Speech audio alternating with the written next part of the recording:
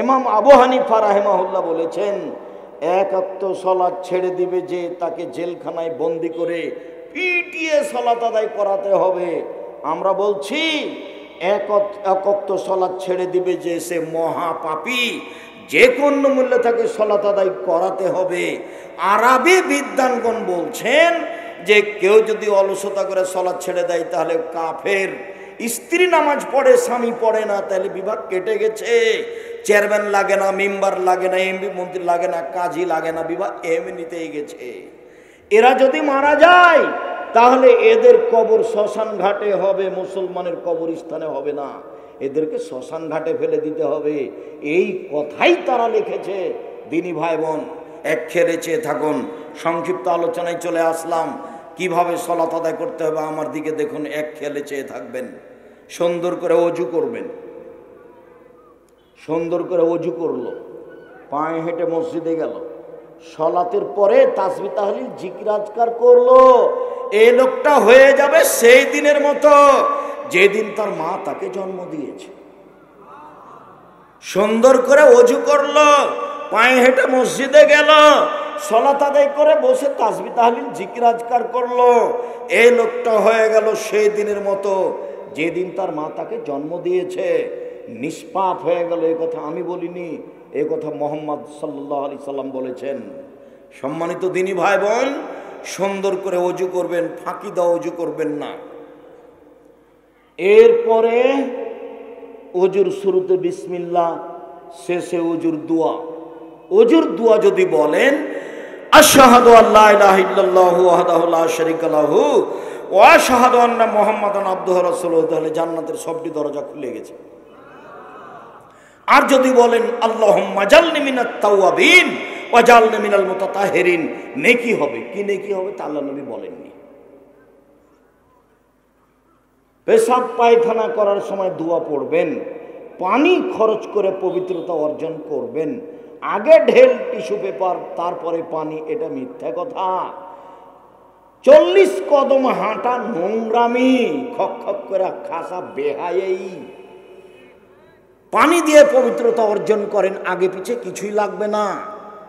তারপরে যদি মনে করেন আব্দুর রাজ্জাক সাহেব পানি দিয়ে পবিত্রতা অর্জন করলাম, মনে হচ্ছে কিছুক্ষণ পরে পেশাব আসলো, আসুক, আপনি ওযু করার সময় একটু শেষে পানি নিয়ে লজ্জা স্থান সামনাসামনি কাপড়ের উপর একটু পানি ছিটিয়ে দিবেন, বাস শেষ। এটা আল্লাহ রাসূলের পদ্ধতি। আর যারা ভাবছে যে পেশাব বের আসবে, ও 40 ঘন্টা পরে যদি কুলুপ ফেলে, ঢেল ফেলে, তবু পেশাব আসবে, ওর ওটা রোগ হয়ে গেছে। রাসূলের পদ্ধতি সহজ। পেশাব শেষ হলো, পানি খরচ করেন, চলে আসেন। পায়খানা শেষ হলো, পানি খরচ করেন, হাত মেজেন, চলে আসেন। আল্লাহু আকবার। আল্লাহু আকবার বলার পূর্বে কোনো কথা বলবেন না, বিসমিল্লাহ লাগবে না। আল্লাহু আকবার বলার পরে জায়নামাজে দাঁড়িয়ে কোনো দোয়া পড়বেন না। জায়নামাজে দাঁড়িয়ে দোয়া পড়লেই বিদাত হবে। আজানের পূর্বে যদি কেউ বলে যে আপনারা উঠেন, নামাজ ঘুমের চেয়ে উত্তম, তাহলে ও পাপী। যারা সাড়া দিবে সবাই পাপী। কেন? আজানের পূর্বে কোনো কথা চলবে না, সে যতই ভালো কথা হোক। মানুষকে সালাতের জন্য প্রথম শব্দ কি হবে? আল্লাহু আকবার, আজান। নিজস্ব কোনো শব্দ চলবে না, তার নাম শরীয়ত। ধর্ম একজনের কথা দিয়ে চলে, যার নাম মুহাম্মদ সাল্লাল্লাহু আলাইহি সাল্লাম। আগে পরে কারো কোনো সুন্দর কথা ইসলামে গ্রহণ হবে না, তারই নামই বেদাত, তারই নামই বিদাত। রাসূলের পদ্ধতি আল্লাহু আকবার। ডান হাত বাম হাতের কবজির উপরে রেখে বুকের উপরে রাখবেন, বাহুর উপরে বাহু রাখতে পারেন। নাভির নিচে রাখার হাদিস তিনটাই জয়ীফ। কাজেই বুকের উপরেই বাঁধেন, এটাই ঠিক। বাহুর উপরে বাহু রেখে রাখেন, নইলে কবজির উপরে কবজি রেখে রাখেন। বুকে রেখে বলবেন সানা, আল্লাহুম্মা বাঈদ বাইনি ওয়া বাইনা খাতায়ায়া কামা বা'আদতা বাইনাল মাশরিক ওয়াল মাগরিব। হে আল্লাহ, আল্লাহুম্মা, হে আল্লাহ, তুমি আমার পাপকে ধুয়ে দাও, আমাকে আর আমার পাপের মধ্যে অত দূরত্ব করে দাও। পূর্ব পশ্চিমকে তুমি যত দূরত্বে রেখেছো, পূর্ব থেকে পশ্চিম লক্ষ কোটি কিলোমিটার দূরে আমার থেকে আমার পাপকে এত দূরে করে দাও। আল্লাহ নাক্কিনি মিনাল খাতায়া কামা নাক্কা ফাবুল আবিজু মিনাদ দানাস, আমার পাপকে ধুয়ে দাও যেভাবে সাদা কাপড়কে ময়লা থেকে ধুয়ে পরিষ্কার করা হয়। আল্লাহ মাগসিল খাতায়া বিল মাই ওয়াল সালজি ওয়াল বারাদ, হে আল্লাহ তুমি আমার পাপকে বরফ দিয়ে, তুষার দিয়ে, ঠান্ডা পানি দিয়ে ধুয়ে পরিষ্কার করে দাও। এটার নাম সানা। আল্লাহু আকবার বলে সবাই এটা পড়ার চেষ্টা করবেন। এরপরে বলবেন আউযু বিল্লাহি মিনাশ শাইতানির রাজিম, মারদুদ বিতাড়িত শয়তান থেকে পরিত্রাণ চাচ্ছি। বিসমিল্লাহির রহমানির রহিম, আলহামদুলিল্লাহি রাব্বিল আলামিন। বিশ্বজগতের প্রতিপালকের প্রশংসা। আর রহমানির রাহিম, তিনি হচ্ছেন পরম দাতা দয়ালু। মালিক ইয়াউমিদ্দিন, তিনি হচ্ছেন বিচার দিনের মালিক। ইয়াকা না'বুদু, একমাত্র তোমার ইবাদত করি। ওয়া ইয়াকা নাস্তাইন, একমাত্র তোমার কাছে সাহায্য চাই। ইহদিনাস সিরাতাল মুস্তাকিম, তুমি আমার একটা কথা শোনো, তুমি আমাকে সরল পথ দেখাও। তুমি আমার একটা কথা শোনো, অমুক বলে এই দলে আসো, অমুক বলে এই দলে আসো, আমি কোন দলে যাই? তুমি আমাকে সোজা পথ দেখাও। সিরাতাল্লাযিনা আনআমতা আলাইহিম, যেই পথের উপর তুমি দয়া অনুগ্রহ করেছ সেই পথ দেখাও। গায়রিল মাগযুবি আলাইহিম ওয়ালাদ-দাল্লিন, ইহুদিদের পথ দেখায়ও না, খ্রিস্টানদের পথ দেখায়ও না, ভ্রান্ত যারা ওদের পথ দেখায়ও না, অভিশপ্ত যারা তাদের পথ দেখায়ও না। আমিন। দীর্ঘ সময় ধরে তোমার দরবারে যেই বিনয়ের সাথে অন্তর থেকে প্রার্থনা করলাম সেটা তুমি কবুল করো। এরপরে যদি সূরার প্রথম হয় তাহলে বিসমিল্লাহ, আর যদি সূরার প্রথম না হয় তাহলে কিছুই বলতে হবে না। আর এমনি যখন কোরআন তেলাওয়াত শুরু করবেন, সূরার যদি প্রথমে হয় তাহলে আউযু বিল্লাহ বিসমিল্লাহ, আর যদি সূরার মধ্যেও হয় কোনো জায়গাতে তাহলে শুধু আউযু বিল্লাহ। বিসমিল্লাহির রহমানির রহিম, পরম দাতা দয়ালু নবী, আরম্ভ করলাম যে কোনো একটি সূরা। কুল আল্লাহু আহাদ, হে নবী আপনি বলুন আল্লাহ একক, আল্লাহ সমাদ, আল্লাহ নিরপেক্ষ মুখাপেক্ষীহীন। লাম ইয়ালিদ, তিনি কাউকে জন্ম দেননি। ওয়ালাম ইউলাদ, তিনি কারো থেকে জন্ম নেননি। ওয়ালাম ইয়াকুল্লাহু কুফুয়ান আহাদ, তার সমকক্ষ কেউ নেই। এ বলে আল্লাহু আকবার, হাত দুটি আবার এই পর্যন্ত উঠাবেন, কাঁধ সামনাসামনি, আঙ্গুলগুলি জমা জমা থাকাই ভালো। এই পর্যন্ত উঠিয়ে হাত এ পর্যন্ত উঠিয়ে রুকুতে চলেন। রুকুতে যাওয়ার পূর্বে আপনার সাথে জরুরি কিছু কথা। একবারে হাত দুটা রডের মতো সোজা হয়ে থাকবে, আপনি, আপনার স্ত্রী, আপনার বোন সবারই। আর কোমর থেকে সামনের ওজন হাতের উপরে থাকবে, আঙ্গুল খোলা খোলা থাকবে, হাঁটু চেপে ধরে থাকবেন। মাথা উঁচুও হবে না, মাথা নিচুও হবে না, পিঠের লম্বা হাতটা একবারে সোজা হয়ে থাকবে, রডের মতো হয়ে। মাথা এইভাবে সোজা হয়ে থাকবে।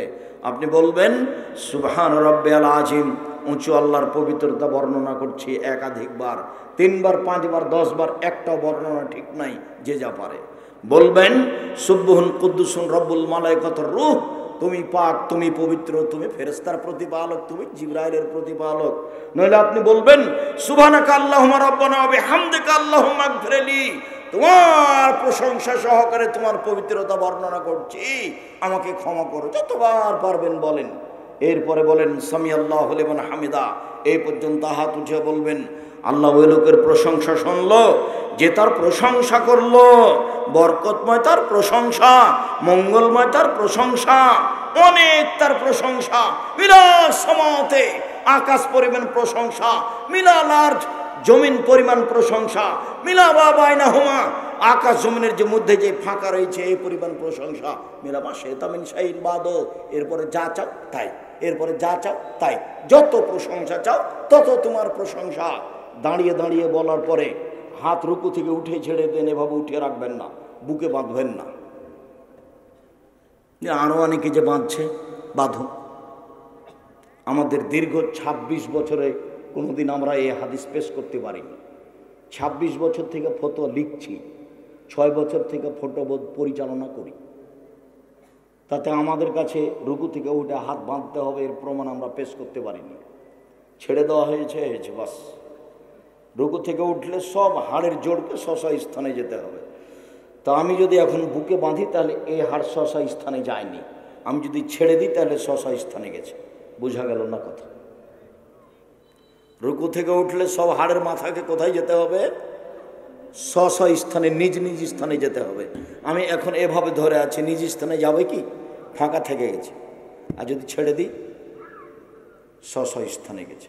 আল্লাহ নবী বলছেন রুকু থেকে উঠলে সব হাড়ের মাথাকে স্ব স্থানে যেতে হবে। চলেন এবার সিজদায়। সিজদায় যাওয়ার পরে আপনার সাথে জরুরি কয়েকটি কথা। রাসূল সাল্লাল্লাহু আলাইহি ওয়াসাল্লাম বলছেন, উমিরতু নাসজুদা সাবাতে আযাম, আমাকে আদেশ করা হয়েছে 7 হাড়ের উপরে সিজদা করব।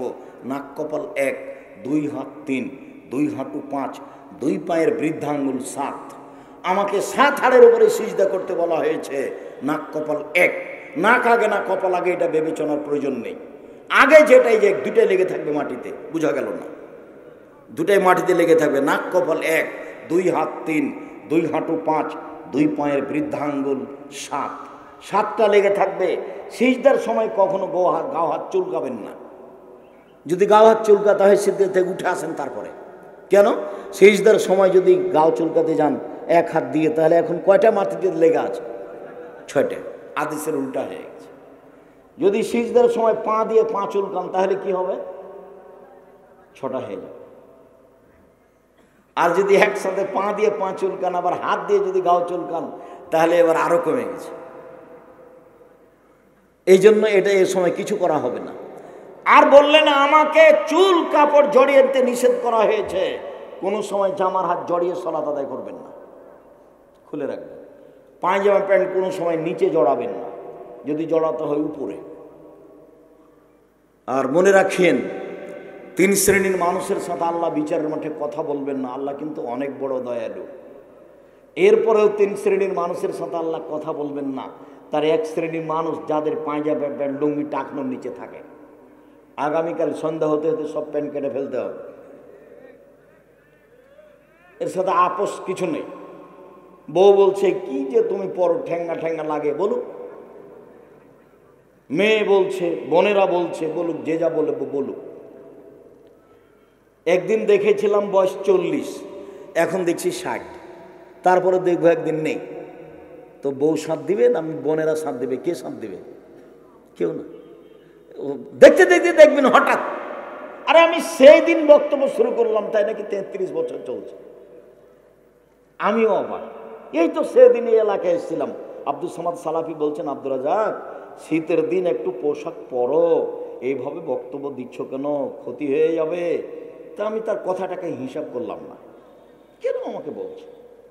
দুরুল হুদা আইয়ুবী বলছেন, এই বেটা দেখি তুই বক্তব্য দেওয়ার আগেও কথা বলিস বেটা, পরেও কথা বলিস বেটা, মরবি রে তুই, মরবি, কয়দিন বাঁচবি রে তুই? বক্তব্য দিয়ে ফল খাবি বেটা, কথা কম বল। 65 বছর থেকে বক্তব্য দিচ্ছি বেটা, 65 বছর থেকে। কে বলছে এগুলো বলেন তো? দুরুল হুদা আইয়ুবী, আল্লাহুম্মা গফির লাহু ওয়ারহামহু। ওনারা পুরাতন মানুষ। শেষের সময় আমার সাথে দেখা হয়েছে। আমি বক্তব্য দিতে যাওয়ার আগে দেখি সব মানুষ আমার পাশে বসে আছে, গল্প চলছে, কে কি বলছে ফতোয়া ফারাইজ।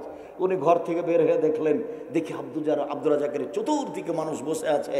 বক্তব্য দিয়ে যখন নেমে আসি মানুষ পিছে পিছে আসে, যেখানে বসি সেখানে ভিড় লাগিয়ে দেয়। তখন এগুলো বলছেন যে এত কথা বলিস না বেটা, আগেও বলিস না পরেও বলিস না বেটা, তাহলে একটু কথা বলতে পারবি বেশি দিন, আর ফল খাবি বেটা। একবার মনে হচ্ছে এখনকার কথা। আর দুরুল হুদা আইয়ুবী আর আব্দুস সাত্তার 30 আলী বলছেন এভাবে গায়ে হাত, হ্যাঁ ছোট ভাই মুহাদ্দিস মানুষ, হাদিস বর্ণনা করে, দোয়া করি আল্লাহ তুমি ছোট ভাইকে মুহাদ্দিস হিসাবে কবুল করো। আর আবু তাহের বর্ধমানী বলছেন, তুমি তো ভালোই কোরআন হাদিস বোঝো দেখি, তুমি যাত্রা বাড়ি চলে আসো পড়ানোর জন্য, তুমি আরাফাত পত্রিকায় ফতোয়া লিখবা। তুমি তো সেদিন ফতোয়া বোর্ডে, তুমি তো সেদিন বিতর্কিত বৈঠকে বসে অনেক কথাই বললা, তোমার তো কোরআন হাদিস ভালোই জানা আছে। এই কথা বলছেন আবু তাহের বর্ধমানী। এটা নওদাপাড়া। এই সব শেষের সময় গেল, অল্প সময়ের ব্যাপার। সম্মানিত দিনী ভাই বোন, দুই হাতকে কানের পাশে রাখবেন, আঙ্গুল জমা জমা করে কোণে উঠিয়ে রাখবেন, নারী পুরুষ সবার একা।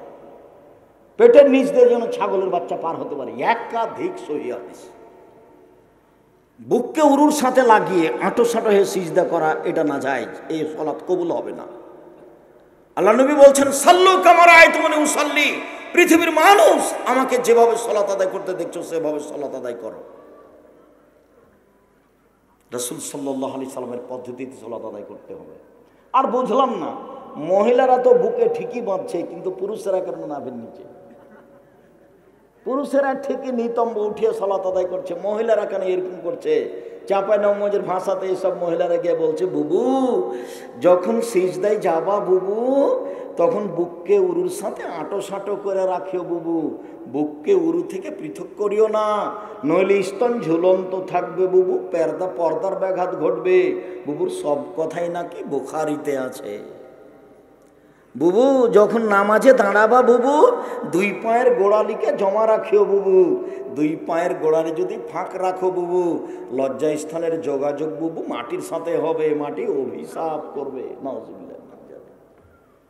বুবু পায়জামা পরিও, শাড়ি পরলে ল্যাঙ্গট পরিও বুবু, এগুলো সবই এগুলো ডাহা মিথ্যা কথা।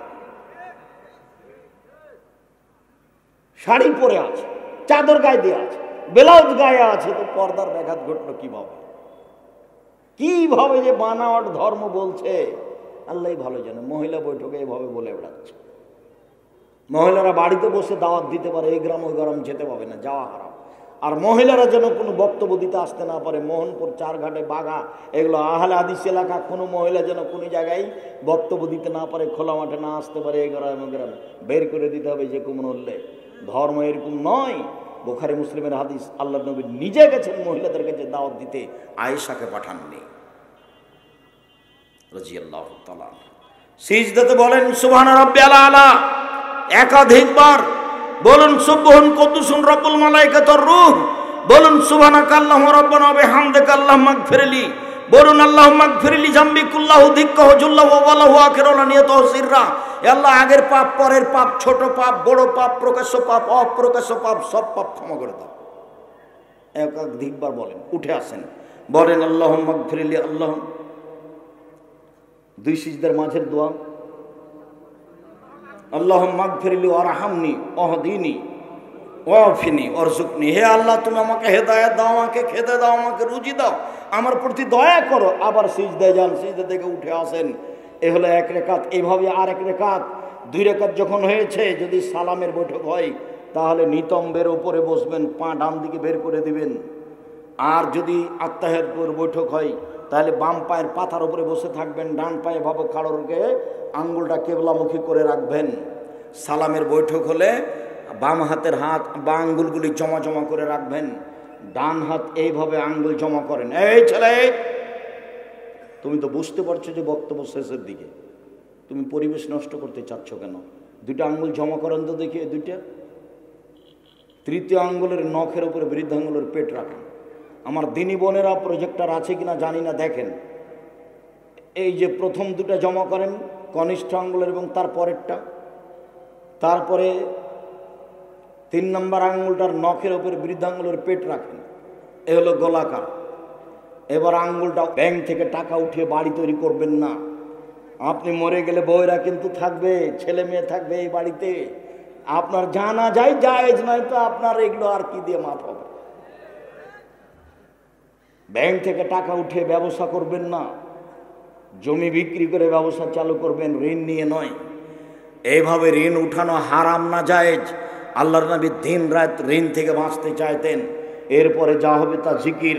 সম্মানিত দিনী ভাই বোন, আমি আপনাদেরকে রাসূলের পদ্ধতিতে সালাত আদায়ের অনুরোধ জানিয়ে 5 ওয়াক্ত সালাতের সাথে সাথে বৃহস্পতিবার, সোমবার সিয়াম পালন করার অনুরোধ জানিয়ে, পরিবারের উপরে শক্ত হয়ে পরিবারকে সুন্দরভাবে কন্ট্রোলে রাখার অনুরোধ জানিয়ে, মক্তব চালু করার অনুরোধ জানিয়ে, 23-24 সেদিন উপস্থিত হওয়ার অনুরোধ জানিয়ে, আজকে যেসব বই পুস্তকগুলি আপনার কাছে নিয়ে আসা হয়েছে, বই পুস্তকগুলি নেওয়ার জন্য অনুরোধ জানাচ্ছি। কেউ খালি হাতে যাবেন না, এটা পত্রিকা হাতে করে যাবেন। আর আপনাদের প্রিয় মানুষ আব্দুল্লাহ, প্রিয় সন্তান, প্রিয় ভাই আব্দুল্লাহ, ওর ব্যতিক্রম বুখারীর ব্যাখ্যা মিন্নাতুল বারী, সবাই মিন্নাতুল বাড়ি নিয়ে যান, আজকের আলোচনা আছে উপদেশ বইয়ে। আর যে বলছিলাম আমার দিনী বোনদের জন্য কেন এই নির্যাতন, কি তার প্রতিকার, আমার দিনী বোনদের জন্য বলছিলাম কেন হবে অবরোধ বাসিনী, আমার দিনী বোনদের জন্য বলছিলাম সম অধিকার নয় মর্যাদা চাই। সকল দিনী ভাই বোনকে বইগুলি সংগ্রহ করতে বলছি। কেউ একটা বই ছেড়ে যাবেন না, টাকা না থাকলে একটা পত্রিকা হাতে নিয়ে যাবেন, 30 টাকা দিয়ে একটা পত্রিকা হাতে করে যাবেন। সম্মানিত দিনী ভাই বোন, বইগুলি সব স্টেজে আমার হাতের বাম দিকে।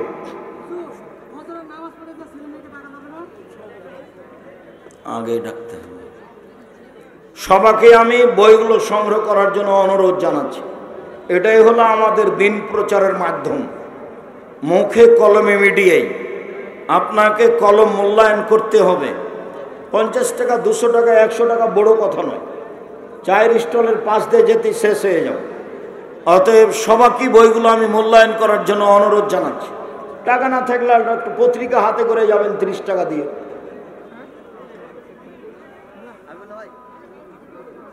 আসসালামু আলাইকুম। হুজুর, বাড়িতে সূরা বাকারা পড়লে শয়তান পালাই, বরকত বাড়ে, বিপদ আপদ দূর হয়। আমার প্রশ্ন হলো সূরা বাকারা প্রতিদিন কতটুকু পড়তে হবে? কতটুকু বলে নয়, শুরু থেকে শেষ পর্যন্ত পড়ার চেষ্টা করো। একবারই পারো করো, 10 বৈঠকে পারো করো। শুরু থেকে না শেষ পর্যন্ত পড়ার চেষ্টা করবে। একদিনই পড়ো, একবারই পড়ো, 2-3 দিনে পড়ো।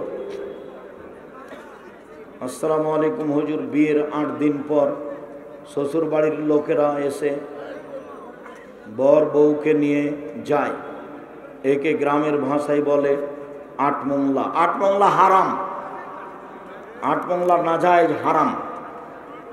এই ছেলেরা, তোমরা কোনোদিন আর 8 মোংলায় যাবো না, খবরদার নয়। সম্পূর্ণ বিবরণ জানতে চাচ্ছি।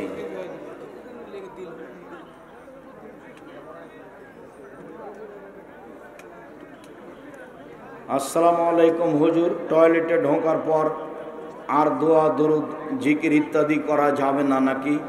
পেশাব পায়খানা চলাকালীন সময়, শুধু পেশাব পায়খানা চলাকালীন সময় দোয়া পড়া যাবে না, জিকির আজকার করা যাবে না। টয়লেটে ঢোকে করতে পারেন, টয়লেট তো ঘুমানোর ঘরের চেয়ে সুন্দর হয়ে আছে, ঝকঝকে। হ্যাঁ আছে, একবার এখানে টাইলস দিয়েছে উপরে নিচে সব পাশে।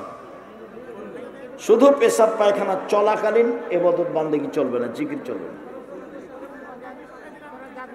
আসসালামু আলাইকুম হুজুর, আমি অনেক আলেমের মুখে শুনেছি মানুষকে কবরে রাখার পর তাকে কবরের মাটি চাপ দেবে, সে ব্যক্তি ভালো হোক কিংবা খারাপ।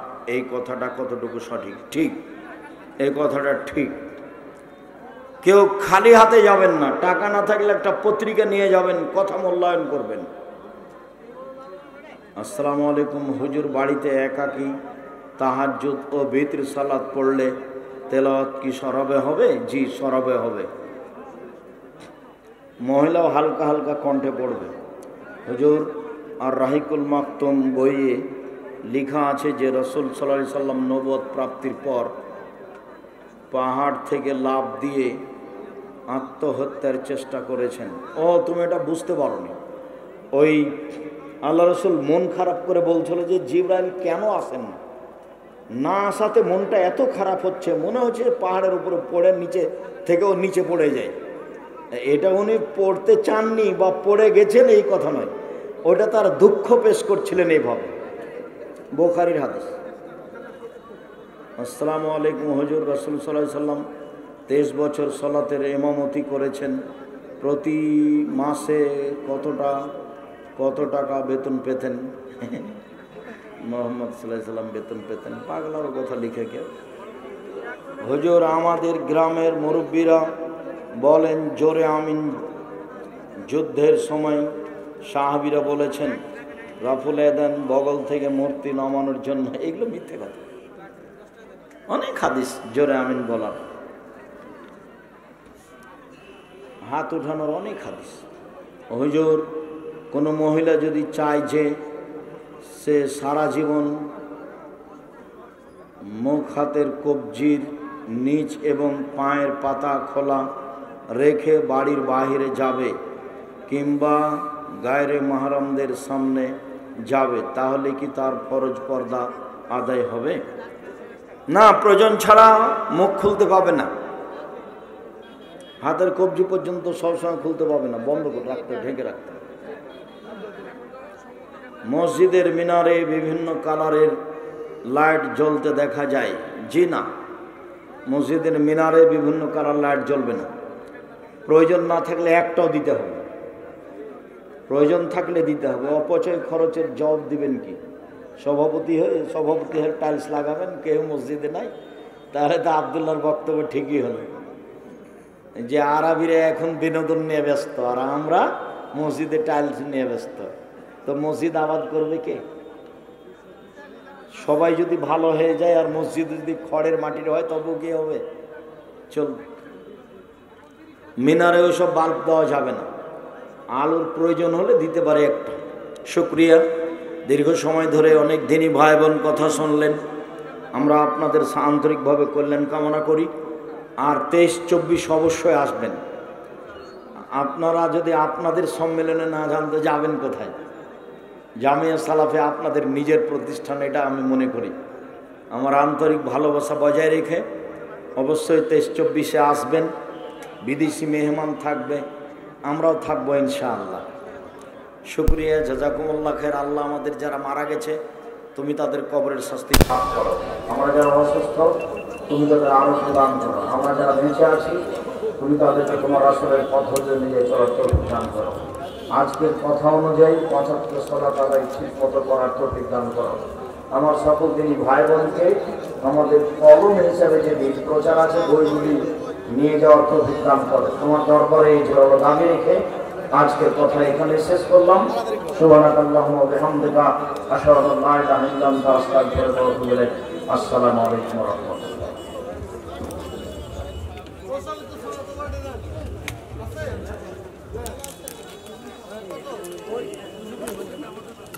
খায়রুন